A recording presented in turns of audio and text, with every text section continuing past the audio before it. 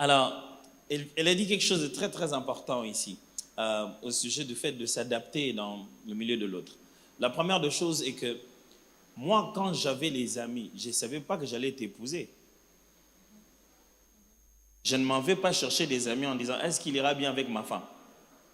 Tu n'existais même pas. D'ailleurs, avant, on n'était que des amis.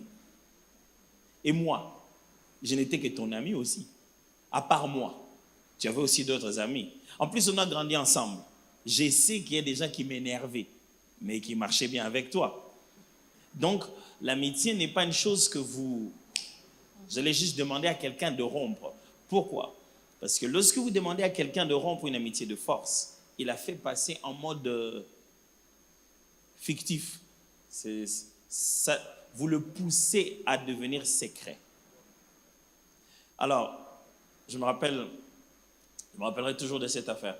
Une fois, on était en plein milieu d'une réunion à la maison. Chez moi, il y avait Trésor, il y avait une autre personne avec nous. On était en réunion. On était en plein milieu de la réunion. Pouf, j'ai un SMS.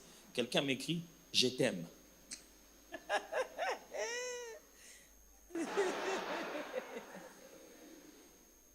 Vous avez tout compris. Alors, je regarde les SMS. Je continue la réunion et puis après un moment, je dis non, ça peut être très problématique cet SMS. Je demande aux gens avec qui on était en réunion, vous connaissez ce numéro? Je dicte le numéro. Ils regardent, je dis non, je ne connais pas. Je ne connais pas. Je ne connais pas non plus le numéro. Mais bon, j'ai laissé ça, c'est parti. Un jour, ma femme a pris mon téléphone comme elle le fait toujours. Donc, ma femme a 2 téléphones. Il faut toujours faire ça. Mon téléphone et mon téléphone. Donc, ce sont les 2 téléphones qu'elle a.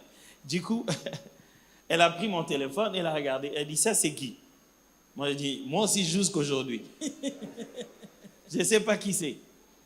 Mais je l'ai laissé là justement parce que je ne sais pas qui c'est. Je dis, ah. Mais tu pouvais voir qu'à part sur je t'aime là, je n'ai même pas osé écrire. Vous êtes qui? Pourquoi vous m'avez... J'ai rien. J'ai dit, hé, loco, tout ce que vous direz sera retenu contre vous devant un tribunal. Donc, jusqu'à ce que cette personne se manifeste, je ne vais rien écrire. Ce que j'essaie de nous dire, c'est ceci. Si vous poussez des forces votre conjoint, votre conjointe, à sortir d'une autre relation d'amitié, vous pouvez les pousser à élever des réflexes, des cachotteries. Parce qu'il sait que si tu vois ça, tu vas t'énerver. Attendez d'abord, le message, l'SMS, ce n'est pas moi qui l'ai envoyé. On me l'a envoyé. Aujourd'hui, avant, on pouvait juste ignorer quelqu'un. Maintenant, c'est tout un processus. Il faut le bloquer. Avant, on pouvait juste ignorer. Mais maintenant, là, la personne sait que tu l'as bloqué. Attendez, entre nous dans la vie, quelqu'un peut ne pas être ton préféré, mais on ne sait pas ce que l'avenir nous réserve. Vaut mieux encore prendre des distances sans que ça soit nécessairement un moment où on se dit on a partir le site, on casse ma papier. Non, vous ne pouvez pas faire ça une relation que vous avez trouvée.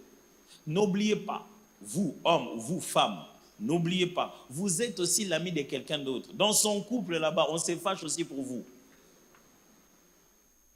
C'est là qu'il y a un grand silence.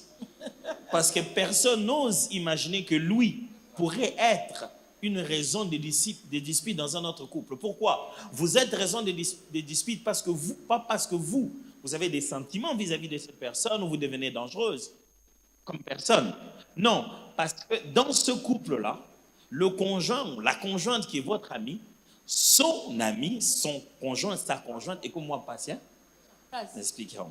Dans le couple Atom c'est Nadège, vous, Nadège trouve que moi, Atoms, je deviens un peu trop avec vous. Vous, ça ne signifie pas que vous avez quoi que ce soit de trop avec moi. Du coup, dans notre conversation ici, tolongo lieu. Mais toi, tu n'imagines pas qu'on puisse...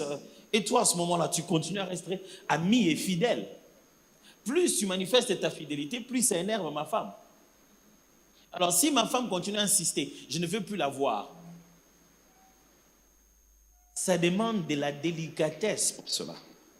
De savoir comment commencer à faire un pas en arrière. Alors, c'est pourquoi dans le couple, lorsque des relations doivent changer, vous devez en donner du temps et de la confiance.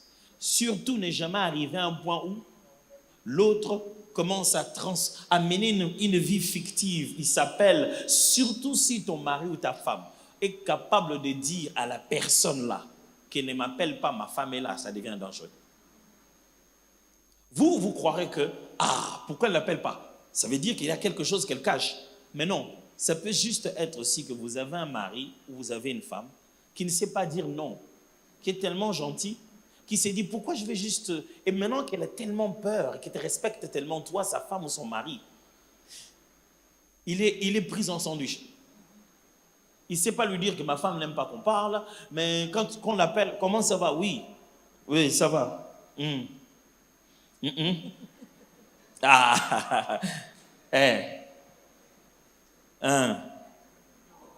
Oui, juste à côté. À ce moment-là, quand ta femme est au téléphone, elle regarde rien dans son téléphone. Tous ses oreilles sont en train de t'écouter. Alors, là où nous voulons conseiller le couple à commencer d'abord à amener les amitiés comme les acquis que vous aviez pour vivre dans la communauté des biens. Dans la communauté des biens, là, il faut prendre aussi les biens amis. Tu amènes tes amis, j'amène les miens. Et une chose que vous ne devez jamais oublier, mon ami, c'est mon ami. Je ne l'ai pas sélectionné sur base de ta personnalité. Moi, je peux supporter des gens comme ça, pas toi. Alors, si tu trouves qu'il y en a un ou une dans cette liste que tu ne supportes pas, fais un effort. Ne nous donne pas un monde à nous deux avec elle. Tu ne sais pas ce qui peut arriver. Fais un effort. Fais-moi sentir que tu n'arrives pas à le supporter, je vais m'adapter. Mais n'en arrive pas au point où soit elle, soit moi. Chaque fois que vous demandez aux hommes de faire des choix comme ça, soit eux, soit moi, c'est lui, vous êtes en train de diminuer votre pouvoir sur votre mari ou sur votre femme.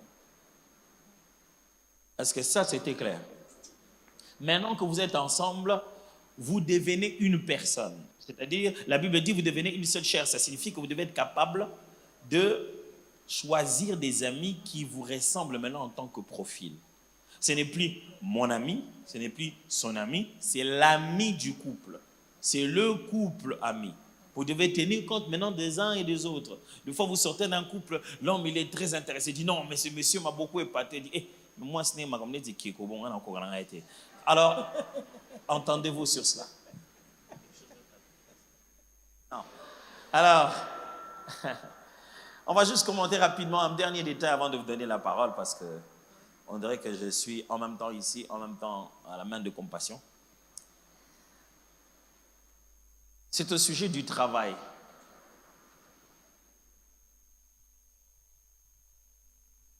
Ma femme préfère qu'on aborde la communication. Qu'est-ce que l'on peut faire pour améliorer la qualité de la communication dans un couple? Premièrement, ça va vous étonner. Éteignez les téléphones.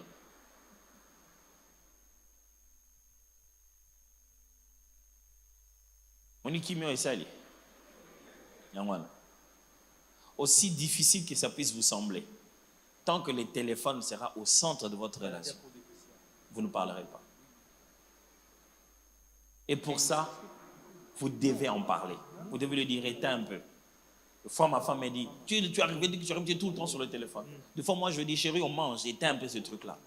Vous devez vous battre avec ça. Pourquoi? Sur un seul téléphone, vous avez plus de 1000 personnes qui mangent avec vous, qui sont au lit avec vous, qui sont au salon avec vous. Même quand vous êtes à deux, vous n'êtes plus à deux. Il y a toujours le téléphone. Ce qui fait que pendant que vous causez, oui, dans ce cas, non, et pas papa Michel. Est-ce qu'il y en a qui était? Vous commencez à retenir que les petites parties de l'histoire. La communication dans le couple exige d'abord que vous puissiez développer ce qu'on appelle une mémoire collective. Vivre des expériences ensemble dont vous en parlerez. Dont vous n'avez même plus besoin des mots pour les exprimer. Admettez que j'arrive quelque part, on est dans un endroit, collègue des boulots qui arrivent, on est en train de parler, et on cause, on mange, on parle, et ma femme me voit avec une collègue du travail, on est là à rire aux éclats. Elle a envie de dire, ça ce n'est pas nos micros, c'est un micro derrière. Ma femme a envie de dire, elle veut tout savoir, mais Imaginez-vous qu'on s'est dit un truc du genre, ah, tu te souviens de Dubaï? Oui, Dubaï. Elle n'était pas partie à Dubaï, nous deux on parle de Dubaï. Et dès qu'on dit Dubaï, on a les yeux doux. Ça va donner l'impression qu'elle n'a pas entendu.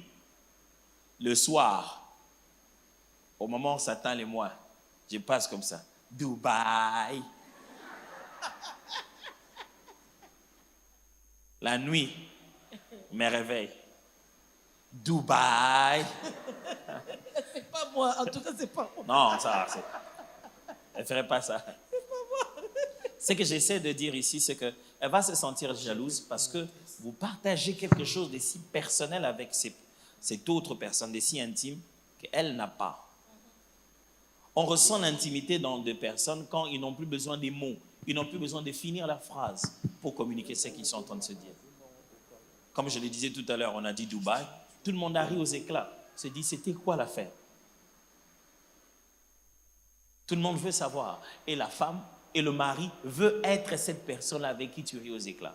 Du coup, vous devez vivre des petites expériences qui partagent une mémoire collective, comme sortir ensemble, voyager ensemble, aller dans un hôtel ensemble, faire un week-end ensemble.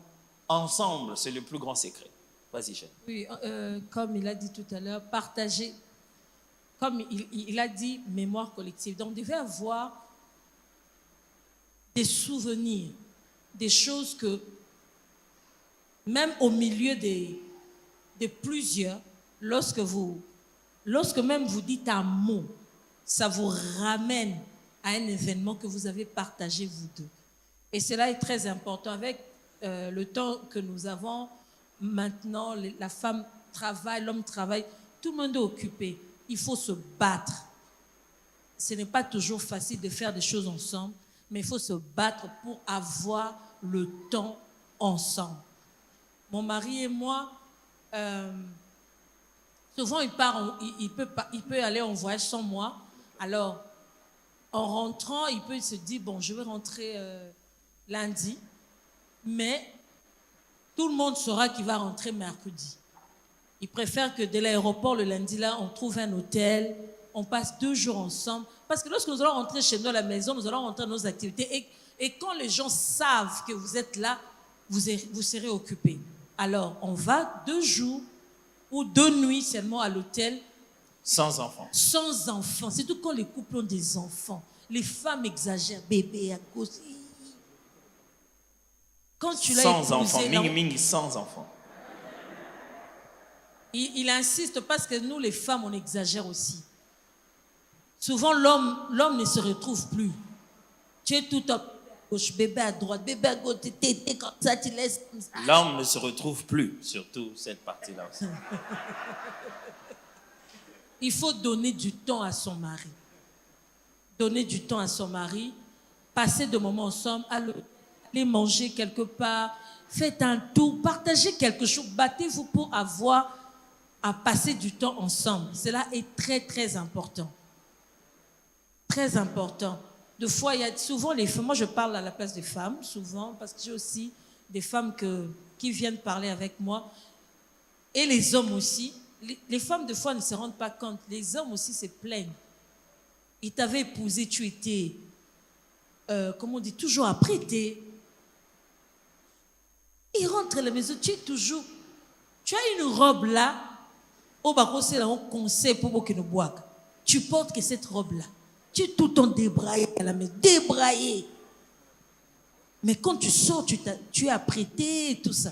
Toute la journée, j'ai vu les femmes apprêtées. Ils rentrent comme ça, on l'a dit. Robe mob. Je vous parle avec en connaissance de cause. Ah, je dis ça, je dis rien. J'avais une robe là que je portais. Mon mari me disait toujours, oh zébolali, il faut être, comment dire, s'apprêter, pas seulement, parce que souvent on aime que la femme soit toujours pimpante pour l'homme. L'homme aussi. Nous, on n'a pas besoin d'avoir un homme qui est débraillé là. On a aussi besoin que, ça bien. Parce que souvent, c'est seulement la femme doit être, non, l'homme aussi doit être. Soyons pour l'un comme pour l'autre. Très Si important. c'est tocata, bah, Tokata. Allez-y. Ah, non, tu as tocata, mais tu as fait un prétexte. Est-ce qu'on peut acclamer? Nous sommes en présence du frère Atom, c'est professeur Nadège. Nous sommes là pour apprendre. Et donc, c'est le moment des questions-réponses. Si vous avez une question par rapport à ce qui a été dit ce soir. Shalom, moi c'est le pasteur Marcelo Jérémy Tounassi de l'église La Compassion. Je suis là pour vous parler de Tokumisa, qui est une vision que le Seigneur a donnée à son serviteur Zaza, qui est vraiment aujourd'hui une grande bénédiction pour le corps du Christ, qui organise des moments de louange, d'adoration et de communion fraternelle. Et je tiens à remercier tous les frères et sœurs qui ont permis à ce ministère de se développer sur le plan financier, parce que tout ce qui est organisé est gratuit. Il y a un grand projet que Dieu a donné au ministère Tokumisa, c'est créer un lieu de prière, un lieu de retraite, un centre de retraite Tokumisa. Ça permettra que vous puissiez aller jeûner dans des bonnes conditions, prier dans des bonnes conditions, lire la parole de Dieu dans des bonnes conditions et même faire des retraites en groupe dans des bonnes conditions, parce qu'il y aura une grande salle de plus de 100 places qui peut vous accueillir. Et déjà, par la grâce de Dieu, nous avons pu acquérir une grande parcelle dans laquelle sera construit un lieu de prière et de retraite. Nous voulons construire un lieu de retraite appelé Centre de retraite Tokumisa. Et pour cela, nous avons besoin de partenaires. Alors, vous pouvez contribuer par PayPal, Western Union, MoneyGram, par M-Pesa, Airtel Money, et tout ce que je dis va passer défiler au bas de l'écran et vous saurez envoyer vos contributions. Et il y a une précision, c'est qu'une fois que vous devenez partenaire de Tokumisa dans le domaine de la construction de cette salle de retraite, de ce lieu de retraite, vous pourrez suivre en direct tout ce qui se fait. Vous serez vous-même les témoins de vos contributions et de l'utilisation de votre argent. Et s'il faudrait que je puisse parler de Tokumisa, pour moi, Tokumisa, c'est parmi les visions que Dieu est en train de donner en ce temps de la fin pour l'unité du corps du Christ, parce que c'est une vision interdénominationnelle, que tu sois de l'église Compassion, de la Borne, que tu sois de l'église protestante, tu peux venir adhérer à Tokumisa. Et je prie Dieu que cette vision croisse, grandisse et s'approfondisse et ne meure jamais et porte des fruits qui demeurent pour la gloire de Jésus. Merci et rejoignez-nous.